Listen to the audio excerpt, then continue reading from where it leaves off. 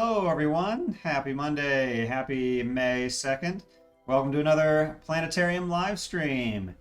We'll let everyone start to join and file in here. Hope you all are enjoying your Monday. I hope you all are having a nice warm evening in with all the cold and raininess outside. Hopefully that'll bring a lot of people to watch tonight. So welcome. Come on in, everyone, while we're waiting for everyone to gather.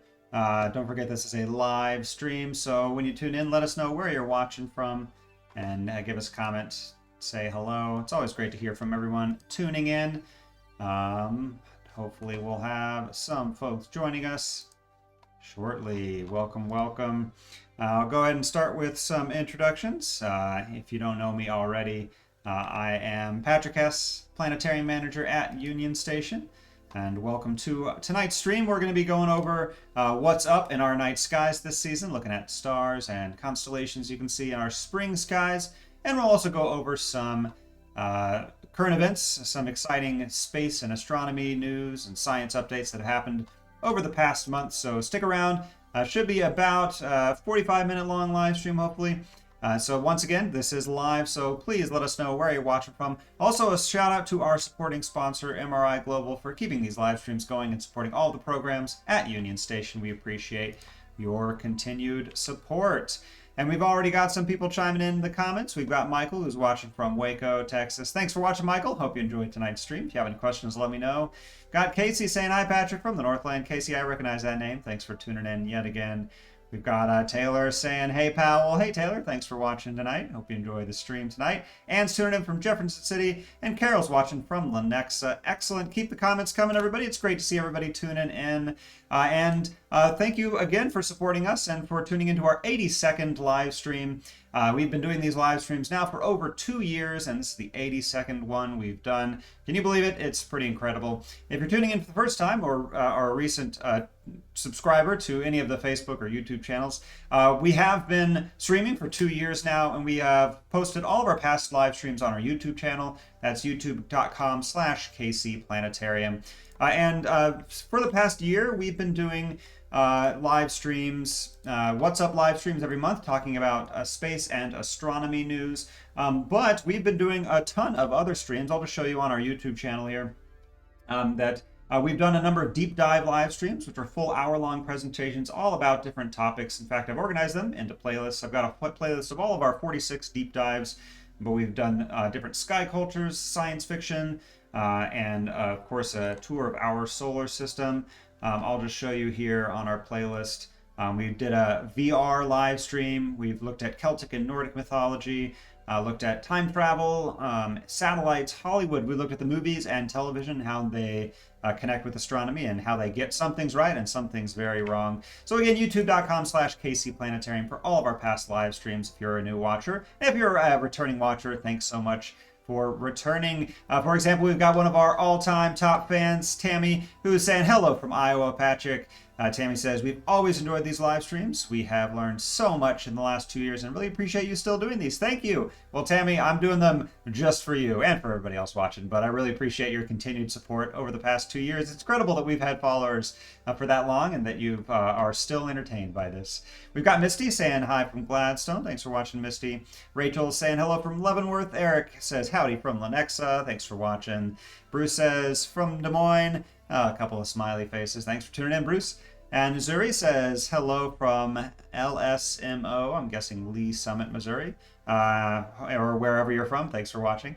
And Kathy says hi, Patrick, from Peculiar. And we've got Misty saying hello again. Well, thank you all so much for watching, and keep the comments coming. This is a live stream. If you're watching on May 2nd at 6 p.m. Central Time. And we're going to keep this going and kind of jump into things here. Got a couple little housekeeping announcements. Planetarium at Union Station is open 6 days a week, Tuesday through Sunday. That's what I wanted to say. So come visit us. And that schedule is going to be running until the end of May. And we'll continue to be open after that. We'll be open 7 days a week during the summer. And stay tuned for some exciting announcements because we'll be expanding our show catalog pretty soon at the Planetarium. No big announcements quite yet, but be sure to subscribe to Facebook.com/KC Planetarium for all the updates about new and upcoming shows and programs at the planetarium. You don't want to miss that. Oh, and one exciting thing you definitely don't want to miss out on is this weekend's upcoming laser show lineup. So our first Saturday's laser show series is continuing, and the first Saturday of this month, we're going to be doing a Y2K showing. So we'll be looking at a bunch of different music from all around sort of the 90s and 2000s. It's sort of a catch-all that I just wanted an excuse to put these artists together, to be totally honest. But there's a cool mixtape that is going to be featuring at 9 o'clock that has NSYNC, Backstreet Boys, Britney Spears, Christina Aguilera, and so many more. And tickets are almost sold out for some of these shows, so be sure to go to unionstation.org to purchase tickets. I'd recommend pre-purchasing because, like I said, some are sold out, but those are coming up pretty soon this weekend, so check those out.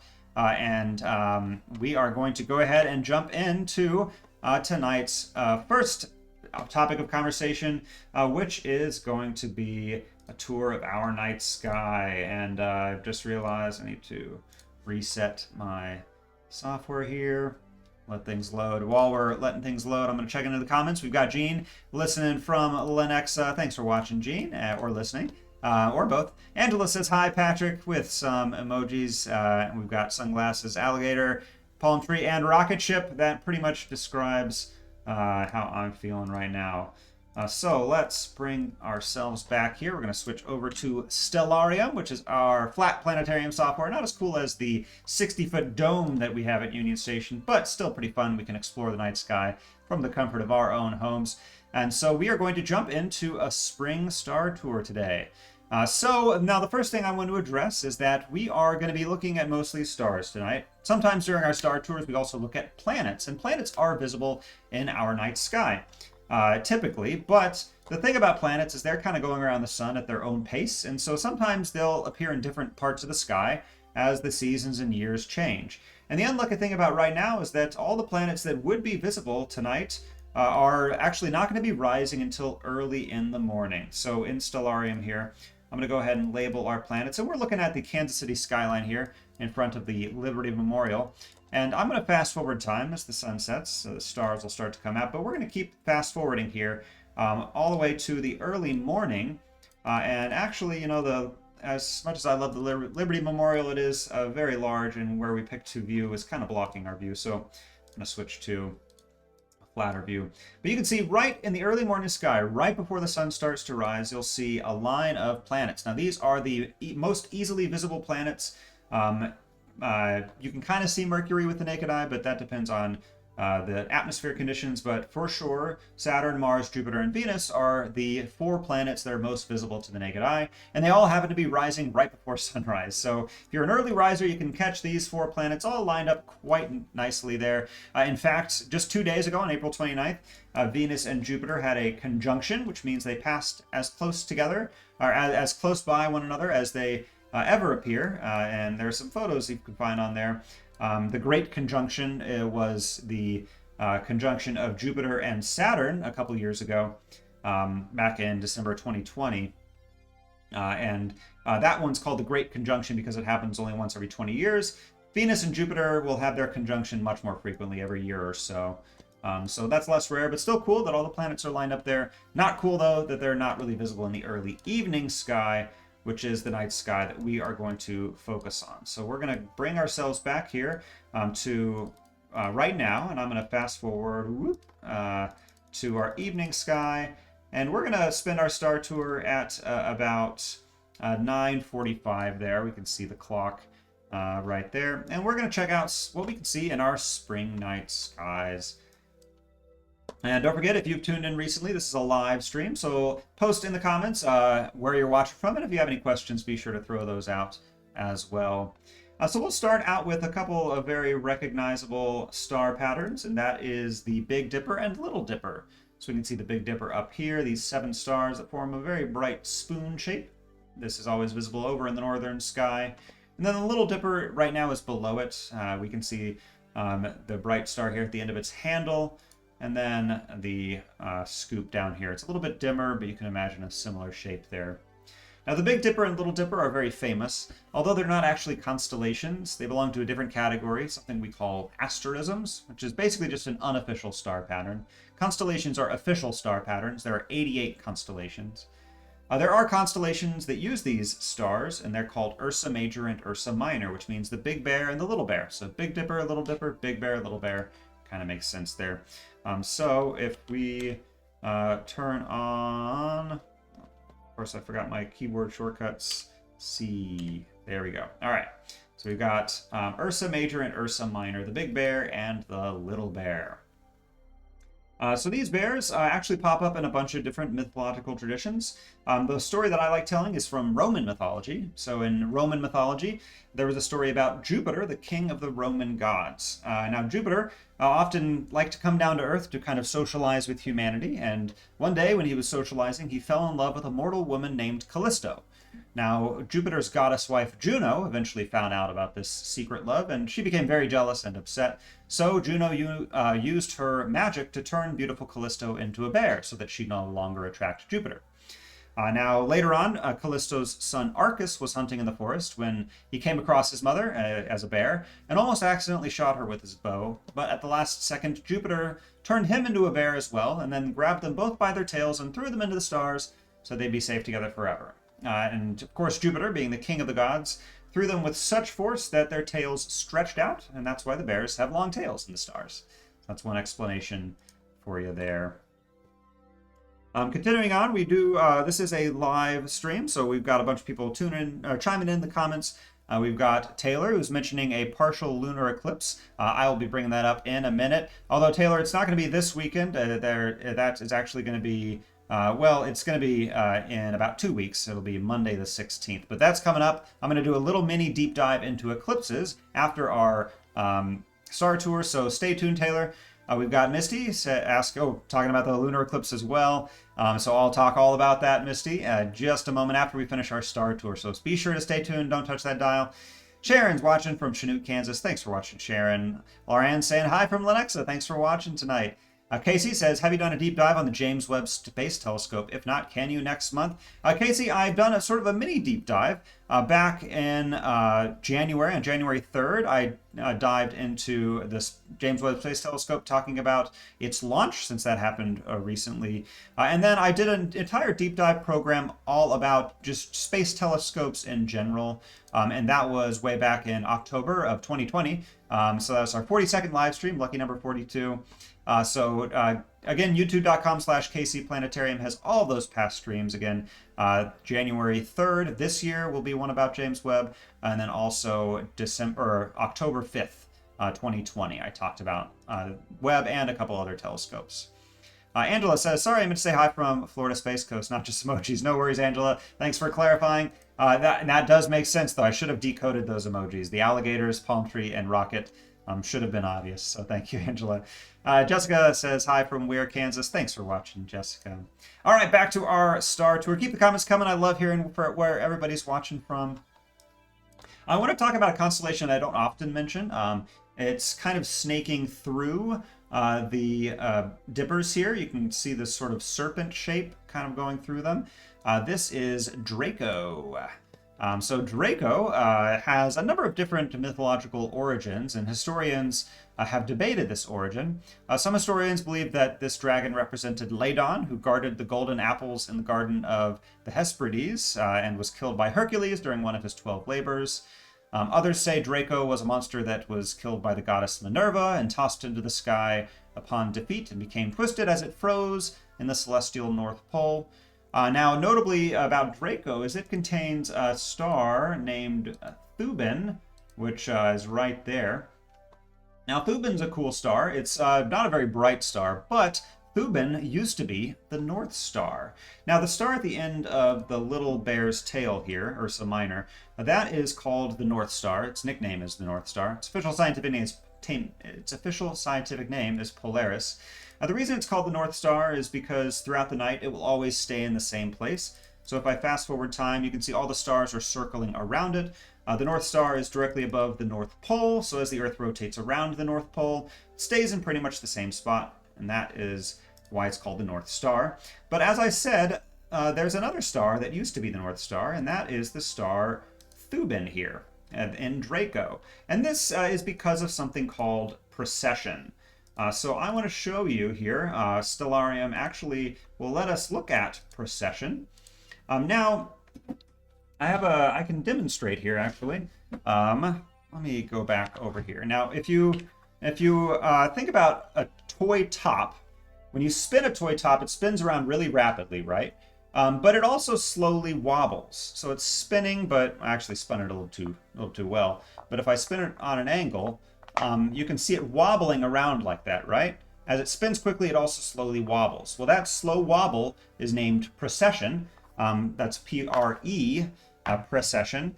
And the Earth is just like a top, and it wobbles around its axis as well. Now it wobbles incredibly slowly, spins around relatively quickly once every 24 hours, but once every 25 or so thousand years, it will wobble. And so the North Pole, which right now is pointing at Polaris, will wobble away from the North Pole over time. And in the past, it wasn't pointing at the North Star at all, or at Polaris.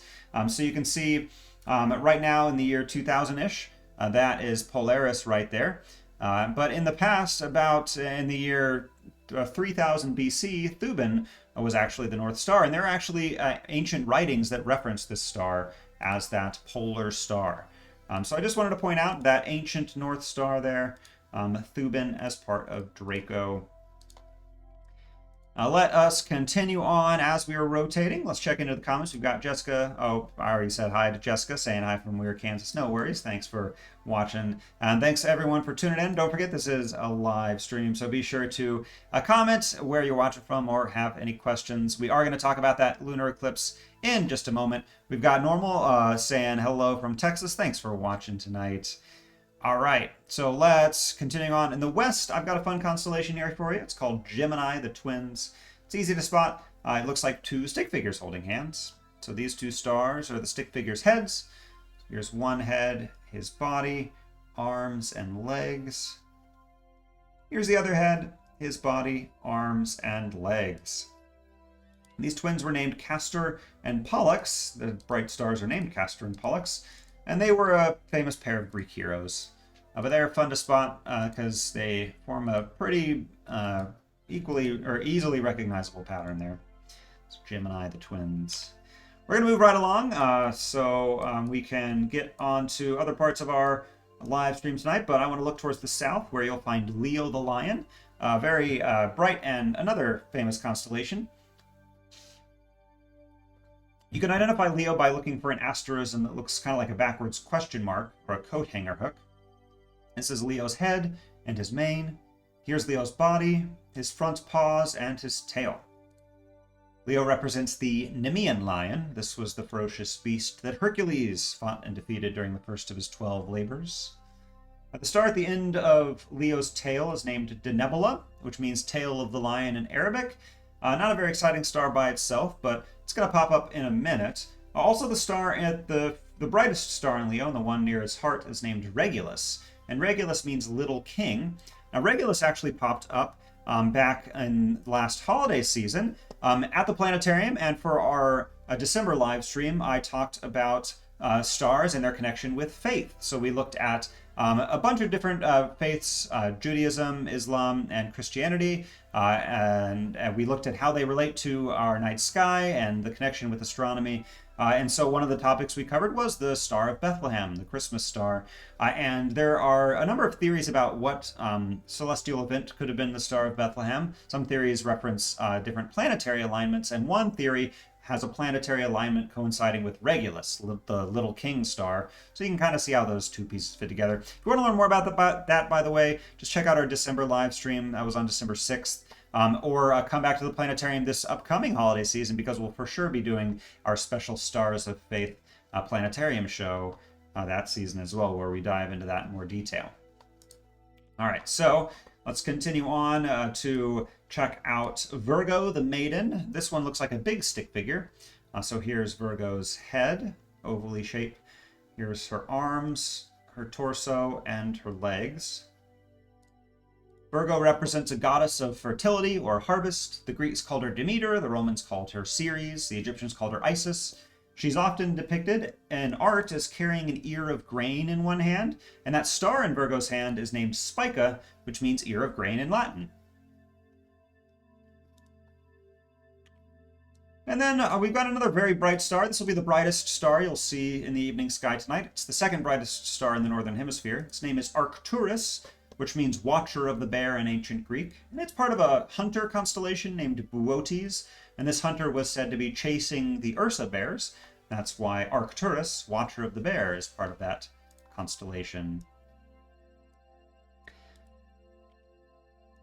All right, back in the comments, we've got Casey watching, and also watching with Sophia and Skylar. Sophia and Skylar, thanks so much for watching tonight. Hope you guys enjoy tonight's show, and if you have any questions about space or anything science-y, be sure to let us know, let Casey know, and they'll put them in the comments, and I'll answer those. So thanks so much for watching, guys. Hope you enjoy the stream tonight. And Shelly is watching from Overland Park. Thanks for watching tonight.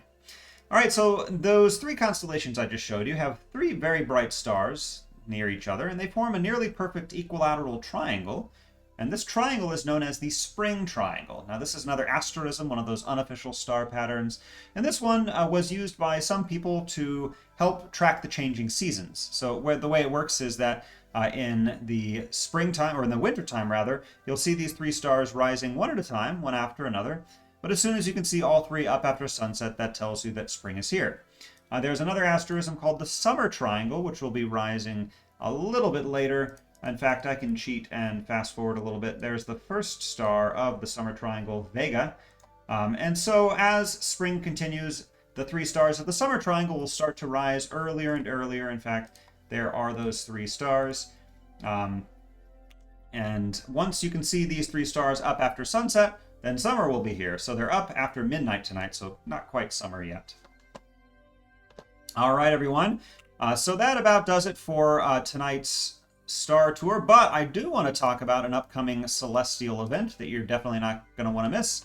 And that, of course, is the total lunar eclipse. Now, the total lunar eclipse is coming up in 13 days, 2 hours, 9 minutes, and 41 seconds, as this countdown has us to believe. But you can mark your calendars for Monday night, Monday the 16th, so 2 weeks from now. And this will be a total lunar eclipse. And I wanted to take a little bit of time to dive into eclipses and kind of how they work and why this one's special. Now, eclipses happen when there is an event called a syzygy, which is a fun word. It's spelled S-Y-Z-Y-G-Y. A syzygy is an alignment of three objects in space. So in this case, an eclipse would be the alignment of the Earth, Moon, and Sun. And there are two different types of eclipses. There's a lunar eclipse and a solar eclipse. A lunar eclipse is when the Earth gets in the way of light from the Sun and casts a shadow on the Moon. And a solar eclipse is when the Moon casts a shadow on the Earth. So solar eclipse, the order is the Sun, Moon, Earth. The lunar eclipse, the order is the Sun, Earth, Moon. And this one is going to be a lunar eclipse. Now, let's just look at the details of this eclipse so you can track it. Now, this clock shows us universal time, but if we scroll down here, this handy website shows us local time. So this eclipse is going to begin at 8:30, and the full eclipse will begin around 10:30. And a lunar eclipse is sometimes nicknamed a blood moon. And the reason for that we can see in this diagram. So the eclipse will begin when the moon starts to enter Earth's penumbra. And a penumbra is a part of a shadow that's not the full shadow. I'll demonstrate that in a little bit. But the full eclipse will be when the Earth's umbra, the Earth's full shadow, starts to cast on the moon. And once the moon is completely covered in shadow, it becomes blood red.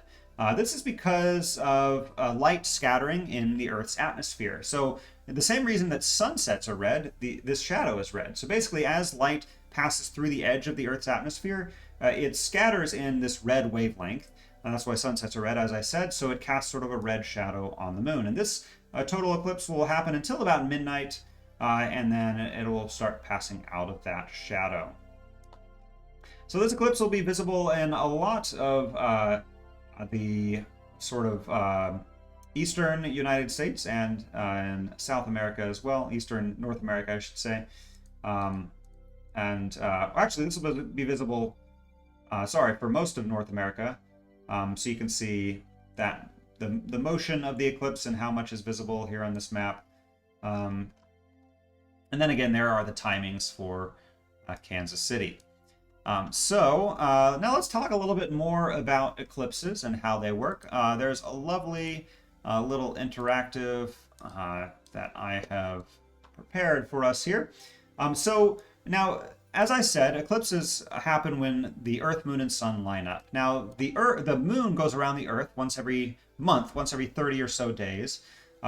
So you might think, well, why don't eclipses happen every 30 days? Because as the Moon goes around, doesn't it line up between the Earth and the Sun? Or doesn't the Earth line up between the Moon and the Sun? Well, they don't line up all the time because the Earth orbits the Sun in one plane. We call this the ecliptic. But then the Moon orbits the Earth in a separate plane. So if we look at this, this little graphic from the side, it's kind of hard to see in here, but actually, there we go. From this angle, it's easier to see. So you can see the Moon's orbit is kind of tilted. So sometimes the Moon will be too high or too low for the eclipse to happen. So in fact, this little diagram shows us. So there we go. The Moon is passing by. It's a little too high. But about twice a year, these three objects will actually line up. And you'll see the Sun will actually move into the path of the Moon. And that will cause an eclipse, either a solar or a lunar eclipse. Like I said, we get about two of them. Oh, there you go. Two of them we get one twice a year, both lunar and solar eclipses. The trick is just being in the right place to see it, because they don't always appear over the entire world. Now, I wanted to show you a diagram of showing you the different parts of a shadow. Here we go. So this will show us, there we go. Actually, this is from the same website. Great, perfect. So you can see here how a shadow works. So the Sun is obviously a lot bigger than the Earth. So the main part of the Earth's shadow is called the umbra, and the lighter part is called the penumbra. So that's not completely covered in shadow. There's a little bit of sunlight reaching there, but the umbra is where there's no sunlight. So that is where the total eclipse happens, as the Moon passes through that part of the Earth's shadow. All right, so eclipses actually occur in cycles. There are a number of different eclipse cycles. There we go. There are actually mathematical formulas to calculate them, and these formulas have been known actually for thousands of years, all the way dating back to Babylonian astronomy. Astronomers have been actually tracking the timing for eclipses. And this eclipse that's coming up in 2 weeks is, let's see, it is part of a Saros cycle in the 131st series. And the cool thing about this eclipse is that it's the first central eclipse of this particular cycle, which started in 1427. And that means the Moon will pass over the center of the Earth's shadow. So again, we've been tracking eclipses for a long time, and they are predictable. And so, there's the stereotype of eclipses spelling doom and gloom for unintelligent civilizations. But really, people around the world have known about eclipses and have been able to predict them for quite a while.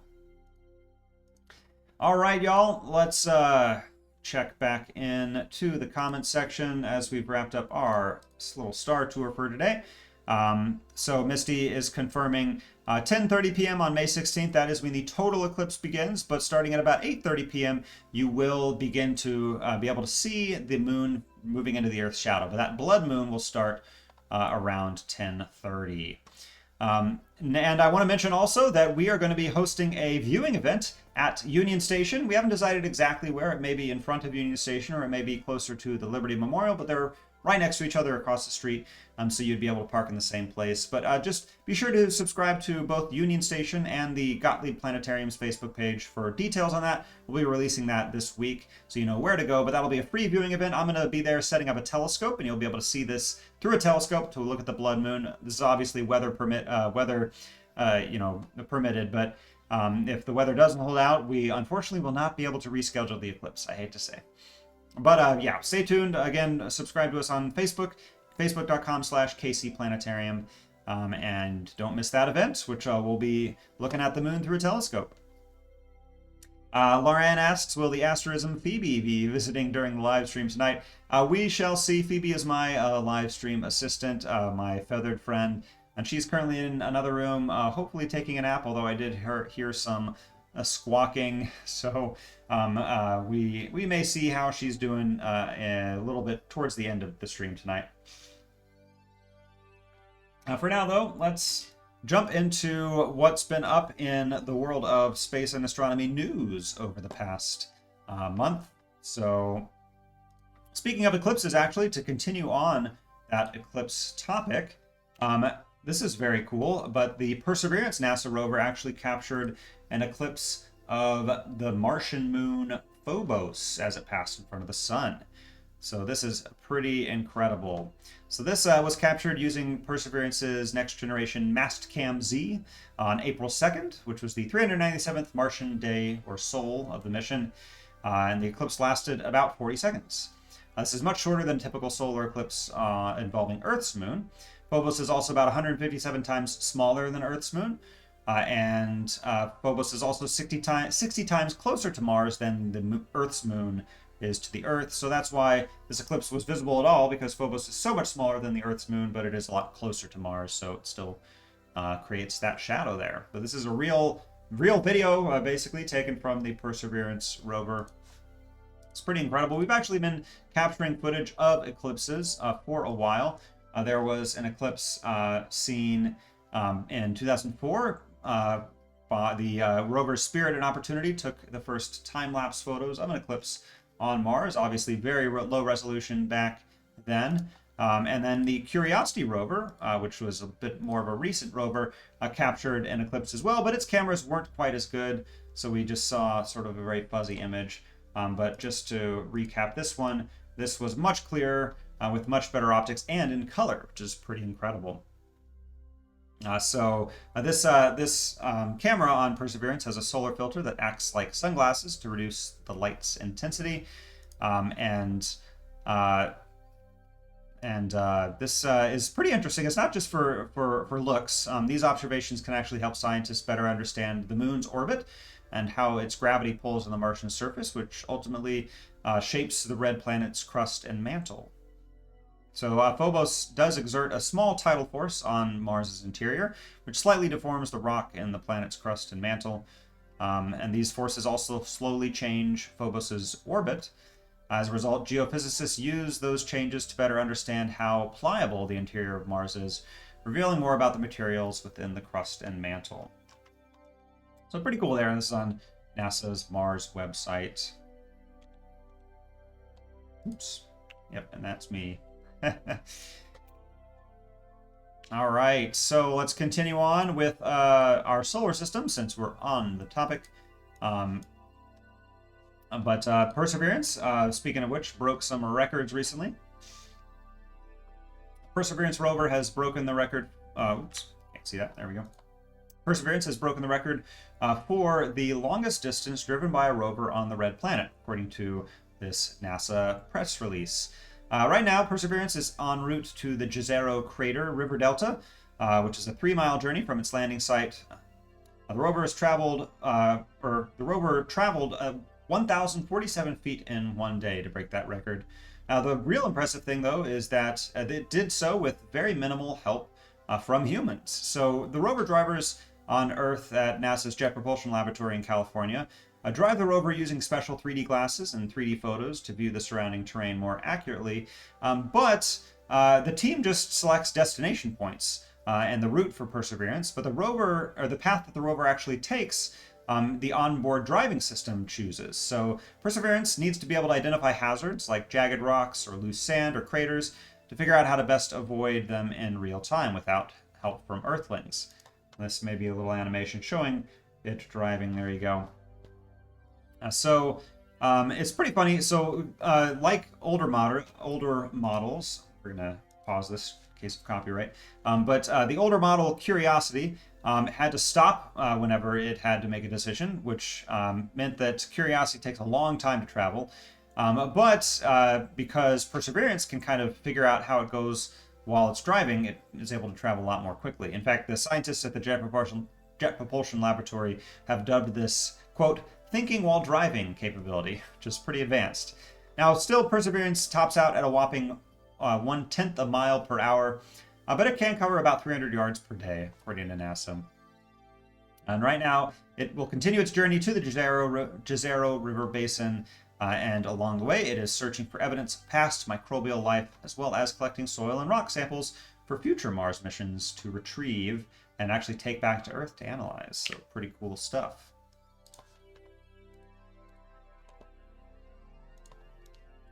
All right, now here's something very cool. Let's zoom in on this. Let's check in with Perseverance's buddy Ingenuity. This is a little helicopter that was sent to Mars along with a rover that has been flying around Mars. And during one of its flights on April 19th, the Ingenuity helicopter snapped a photo of the wreckage of the back shell and parachute that helped land Perseverance back in February of 2021. So Perseverance's nail-biter landing last year involved a back shell, which helps protect the precious equipment during its entry, descent, and landing stages, or EDL, as they say in the biz. NASA has a cool animation about that EDL here, which I'm going to try to show you, actually. So just to kind of demonstrate what we're looking at here. Let's fast forward here.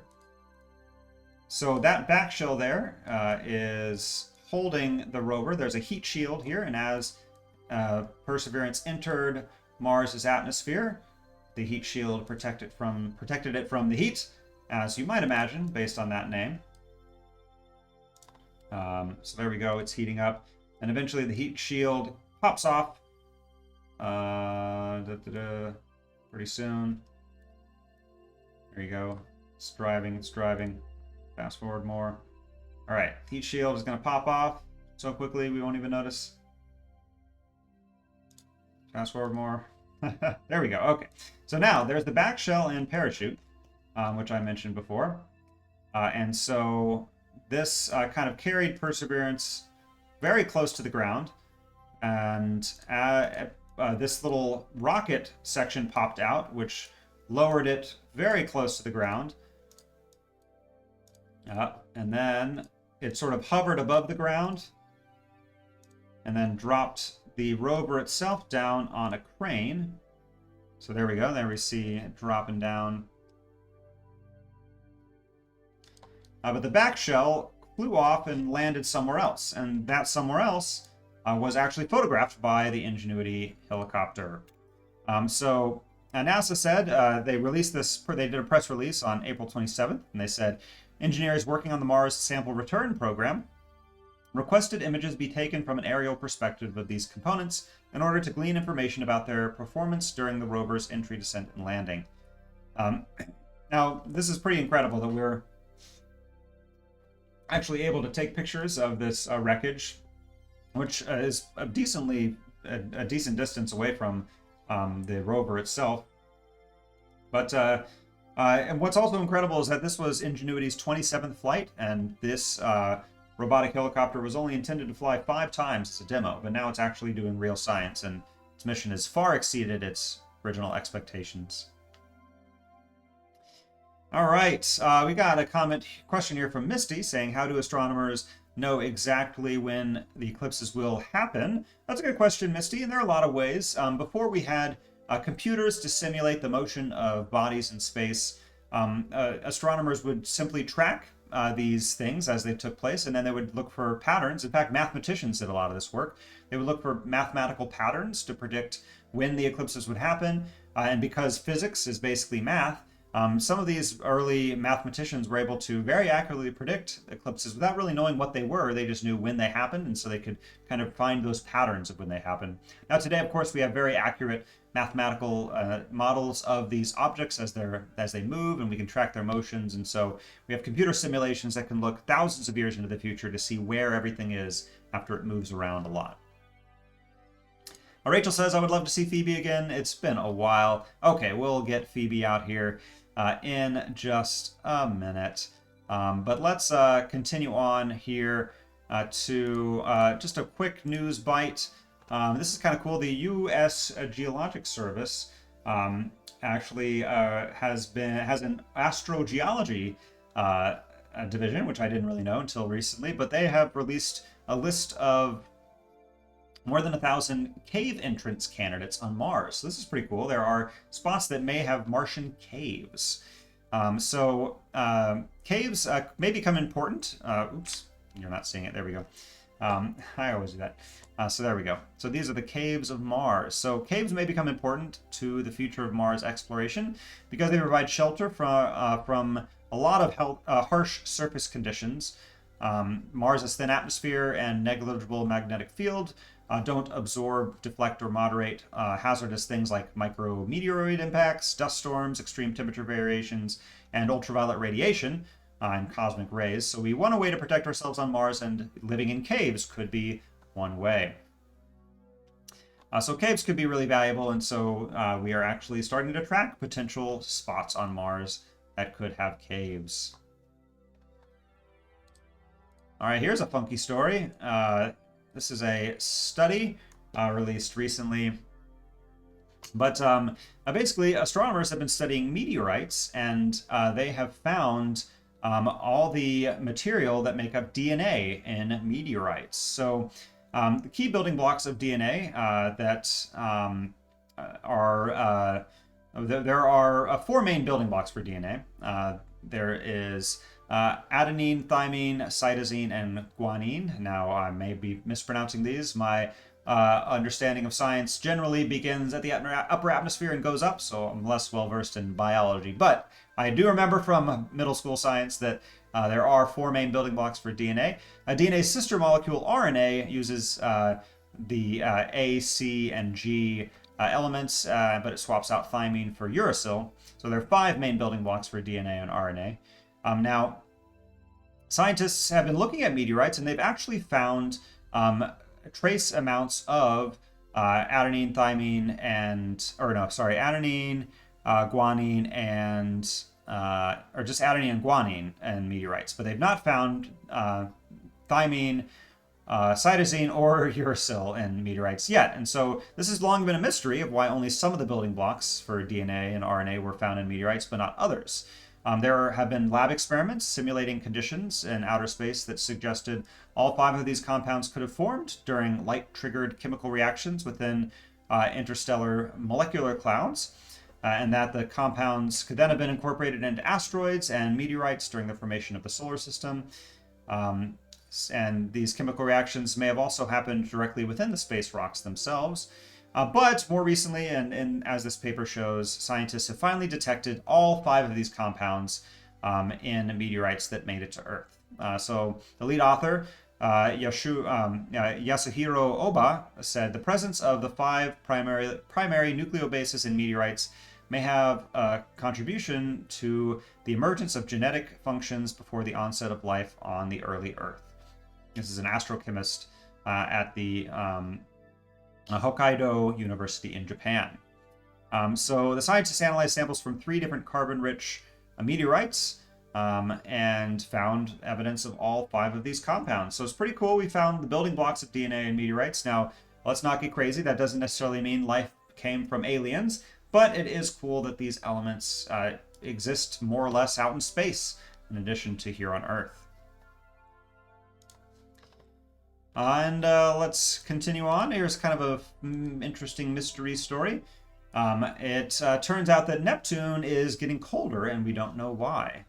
So astronomers study Neptune's atmosphere, and they found recently that the planet's global temperature has dropped over a 17-year period. Now, right now, Neptune is technically in its summertime.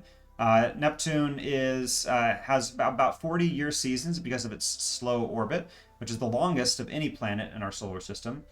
So right now it should be in its summertime. It should be a lot warmer, but scientists have actually detected it a lot colder, at least on average, although at its poles it's been warmer. So weird things are happening on Neptune.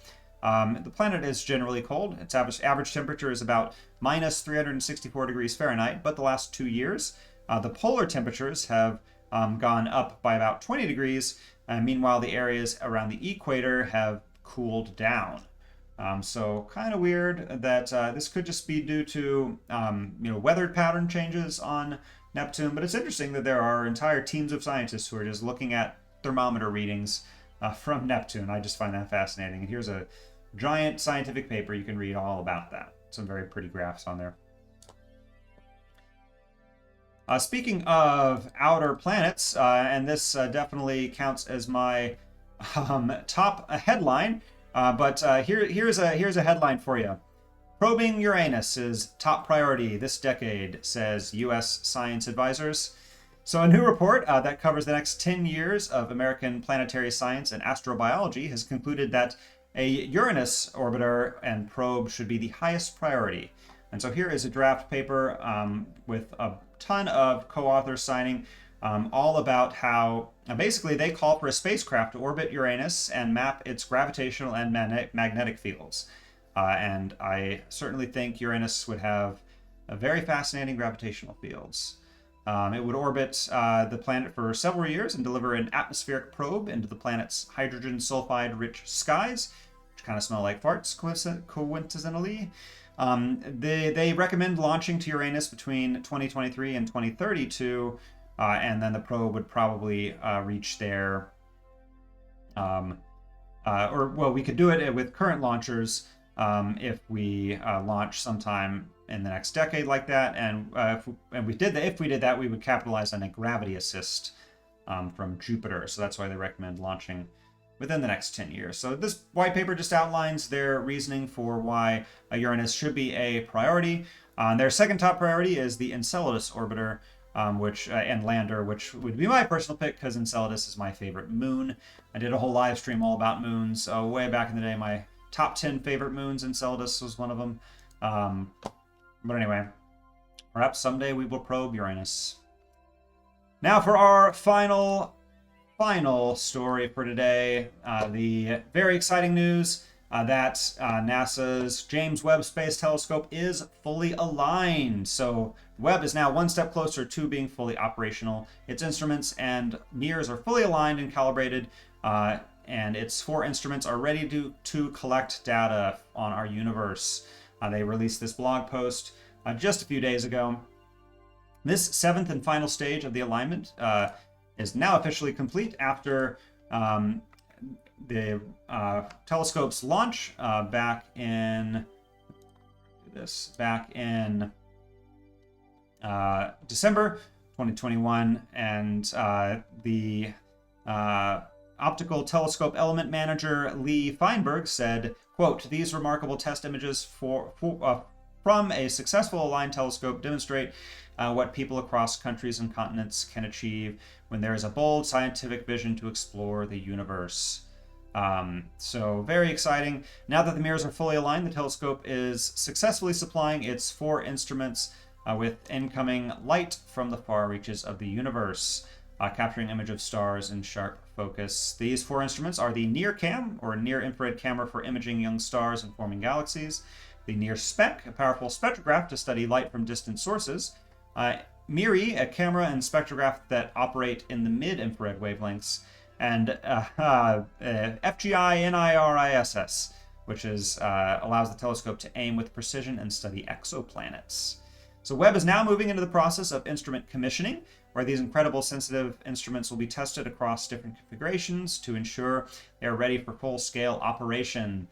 So we're very excited. We're going to be getting some amazing imagery from Webb, hopefully as soon as this summer. So as part of this process, the telescope is going to be pointing at different parts of the sky to ensure that it is thermally stable, and then its science mission will begin in the coming months. So very, very exciting.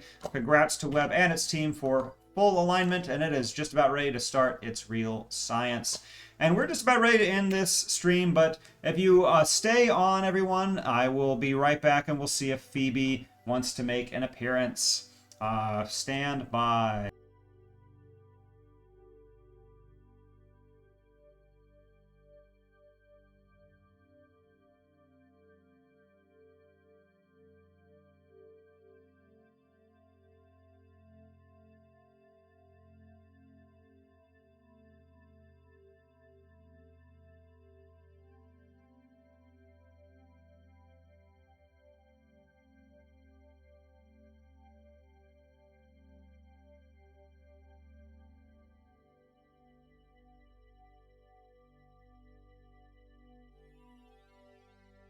All right. Here's Phoebe. She's sort of green screened here. I can turn the green screen off for a second. You want to say hi, Phoebe? Phoebe was napping a little bit. Phoebe says hi, everyone. All right, everyone. Well, we're going to be wrapping up tonight's stream. Phoebe, you want to say hi? You want to say scratch? Phoebe's still working on learning to talk. Scratch? Scratch? I think she's just been woken up. Well, thank you all so much for watching tonight. I hope you enjoyed tonight's stream. Oh, Phoebe's doing a nice big stretch there. And thanks everyone for watching. And if you've tuned in throughout our stream, then don't forget to subscribe to our Facebook page, facebook.com/KCPlanetarium. And be sure to subscribe to us on YouTube as well, youtube.com/KCPlanetarium, where you can find recordings of all of our past live streams. This is our 82nd stream. We've done a number of deep dives into all sorts of fun topics, so be sure to check those out. Wow, big fluff. I have been your planetarium manager, Patrick Hess, and I hope you enjoyed tonight's stream. We've got people saying hi to Phoebe, James, and Donna, Angela, Carol. Carol says, thank you, Patrick and Union Station, for bringing these great shows. Carol, thanks so much for watching and supporting these programs. And thank you to our supporting sponsor, MRI Global, for supporting these streams and many other programs at Union Station as well. Genevieve says, another great planetarium live stream. Thanks, Genevieve. Thanks for watching. Eric says, great job. Appreciate you watching. Angela, thank you so much, Patrick. Angela, thanks for watching. Phoebe says, thank you as well. You want to show them your trick, Phoebe? Wow. There we go. Phoebe likes to get back scratches. Thanks for watching. What do you think, Phoebe? All right, everyone. Well, we'll see you next month, everyone, for our June stream. That'll be on June 6th, so mark your calendars. In the meantime, hope you have a wonderful start to your May. Hope the weather starts clearing up and those flowers come out. And I hope you enjoy the weather as it gets warmer. And thank you all so much for tuning in. See ya, everyone. Bye-bye. Have a great evening, everyone. And Casey, last message. Thank you, as always. Live long and prosper. Thank you, Casey. Thank you all so much for your support. Appreciate you all. Good night, everyone. Hey, good night, Phoebe. You say scratch? Very blown out here. There we go. You say scratch? She's not going to do it. Scratch. Give me kisses. Give me kisses. Oh, thank you. There we go. Scratch. Scratch. Scratch. All right. Now now I look dumb. What do you think? Scratch. No. No. Okay. It's just too much. Nobody wants scratches right after they wake up from a nap. All right. Judy, thanks for watching. Have a great night. Thanks for watching, everyone. Tammy, thanks so much for your continued support. You rock. And Phoebe says, thank you, Tammy. And thanks for everyone for tuning in. Okay. Bye-bye. Bye, Phoebe. Scratch. Ooh, there. Oh, that was a half scratch. Scratch. Scratch. Scratch. Pooped on my keyboard. Great way to end the stream. Good night, everybody.